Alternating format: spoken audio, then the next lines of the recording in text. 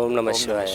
మేము వచ్చేసి నార్కట్పల్లి మండలం నుంచి వచ్చాము. చౌటుపాల్కి వచ్చాము. ప్రతి ఒక్క జ్యోతిర్లింగం ఇక్కడ దర్శించడానికి దగ్గరికి వెళ్ళి చూసిన అనుభవం ఉంటుంది. మరియు గోశాల ఉంది ఇక్కడ. చాలా నీట్గా మరియు ఎక్స్ప్లెయిన్ చేస్తూ మనల్ని అన్ని జ్యోతిర్లింగాలను చూపిస్తున్నారు. ఎలా దర్శనానికి ఎలా వెళ్ళాలో మనకు చెప్తున్నారు. ఇక్కడ గంగా హారతి ఇస్తున్నారు నైట్ రోజు 7 గంటలకి చూడొచ్చు. చాలా మంది హారతి కోసం చాలా తపడుతుంటారు. మనం ఇక్కడికైతే వచ్చి హారతి అయినా చూడొచ్చు. ఇక్కడ ప్రతి ఒక్క జ్యోతిర్లింగానికి మనం అభిషేకం గానే చేయొచ్చు. మనం ఎక్కడికి వెళ్ళినా దగ్గరికి పోవాలని అదృష్టం ఉండదు, కానీ ఇక్కడనైతే అభిషేకం చేస్తానికి గానీ అదృష్టం ఉంది ప్రతి ఒక్క లింగానికి. అలాగే చూసుకున్నట్టయితే లోపల ప్రతి ఒక్కరికి అర్చన చేస్తారు. ప్రతి ఒక్క లింగం చాలా స్పష్టంగా కనిపిస్తుంది. మనం అక్కడ చూసుకున్నట్టే ఉంటుంది. ఇక్కడ ఇలా ఉండడం మన అదృష్టం అనుకోవాలి.